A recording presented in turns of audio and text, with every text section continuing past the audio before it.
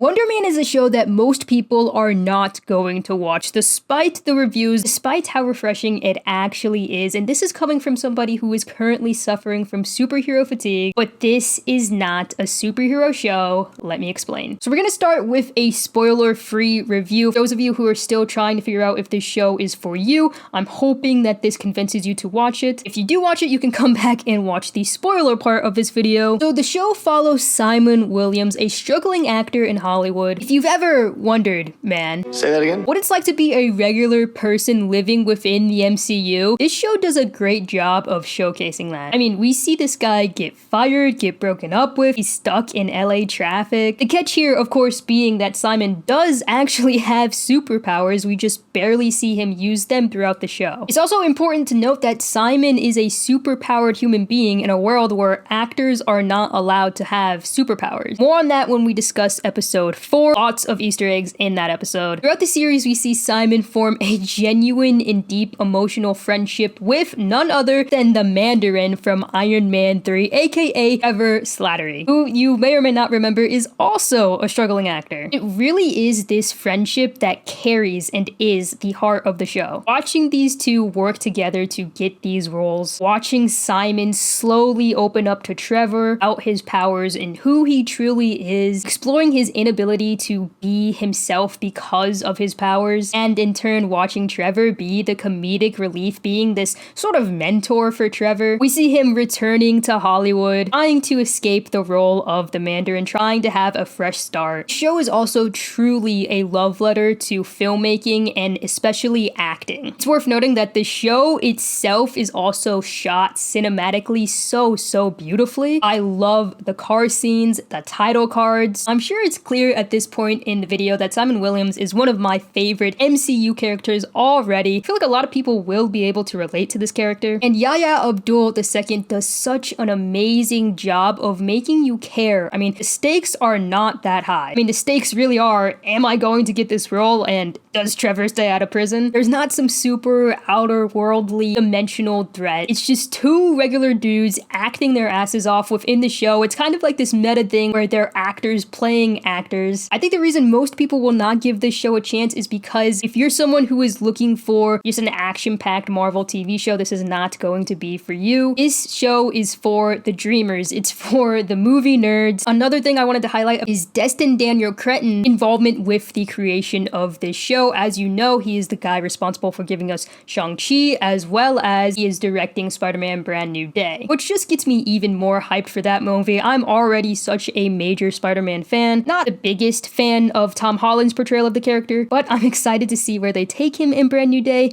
and just knowing that this is the director that is involved gives me so much more confidence in that film. Even though we still haven't gotten the trailer. Oh my god, okay. We got a little bit sidetracked there, so let's get into the spoiler parts of this video, which is basically me just going in depth and talking about my favorite parts of the show. I love that Simon's love of film comes from his father's encouragement. I loved seeing Simon as this little kid watching Wonder Man. It really is a full circle moment. I feel like a lot of us did have that moment as kids where we remember going to the movies and just having that feeling of astonishment and just being absolutely wowed by a movie as a kid. I also loved Trevor's redemption. I love that they did that. I love that he turned himself in, he put back that Mandarin role and took the blame for the explosion that Simon caused. He was finally taking accountability and watching Simon break out Trevor the only way he knows how, pretending to prep up for a role, doing that method acting sort of thing. And the fact that he still takes care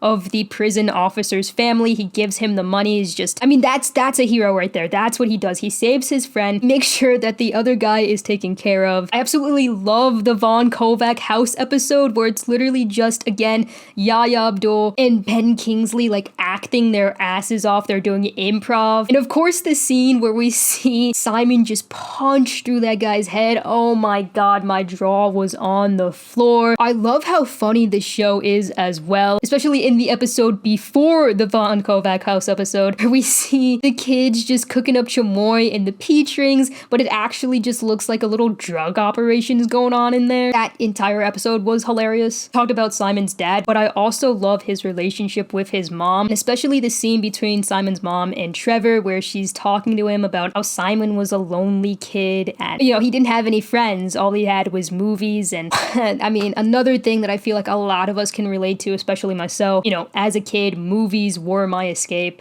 I absolutely love how supportive his mom is throughout the show. And then I think my favorite scene in the entire show, going back to the Von Kovac house episode, is when Trevor and Simon are on the balcony and Trevor is giving him that speech. But I can't show my underneath. I can't share. The real you isn't your condition. The real you is the sum of everything you've experienced. Which does end up helping him land the role of Wonder Man. And of course, we got to talk about the Department of Damage Control, which I am going to theorize is going to be a much larger part of the MCU going forward into the mutant saga. Now, it's not explicitly stated in the show whether or not Simon is a mutant, but considering they didn't go the typical Wonder Man comic book origin story route, I think it's pretty heavily implied that he is a mutant, especially with these promotion posters where you can see these look so similar to the X-Men posters, and I feel like we're kind of just soft launching the fact that mutants are going to start being alienated from other job forces, not just acting. Speaking of mutants, let's get into the Easter eggs here. Let's talk about episode 4, Doorman. Doorman, aka Damar Davis, who we see come into contact with some mysterious black goo, which is actually called Dark Force. In the comics, the Dark Force comes from the Dark Force dimension, which is an extra-dimensional force that allows you to absorb heat, energy, and life. This is what gives him the ability to open doorways, like we see him do throughout the episode. We can also see Roxxon written on the dumpster, which is an evil corporation throughout the comics, which also has close ties to Cloak and Dagger, which may or may not mean that the MCU is going to be bringing back Cloak and Dagger for the Mutant Saga. It might be recasted, they might not. I know there is a Cloak and Dagger show that like 3 people watched, so I'm excited to see what they do with that. Also, if you're wondering where the heck Josh Gad is, he is not actually dead, he is just stuck in the Dark Force dimension. Josh Gad is alive and inside Doorman currently. It's this incident with Josh Gad that leads to the Dorman Clause, which of course we know is the reason why superpowered human beings cannot be actors in Hollywood. It's also worth mentioning that Eric Williams, Simon's brother, is actually the Grim Reaper in the comics. Now, I don't really think we'll be seeing him in live action if we ever do get a season 2, but that's still kind of cool to imagine. Another reason why I think Wonder Man is a soft launch into the Mutant Saga is because the showrunners for the show actually says that the first X-Men film was used as inspiration for establishing Simon Williams' powers. As far as where Wonder Man is heading next, there has been talks for a potential season 2 already, as well as one of the showrunners mentioning a possible team up with Kate Bishop, hinting at the West Coast Avengers. We know that Kate Bishop and Miss Marvel are both in LA. My daughter Kamala, she's in California visiting some friends there. And where does Wonder Man take place? LA. So there is a very good possibility that we might be getting the West Coast Avengers within the next saga of the MCU. And of course, what we're all wondering, will Wonder Man be in Avengers Doomsday? Oh, when Yahya Abdul was asked if he does appear in the movie, he said this. Will Simon Williams return in Avengers Doomsday?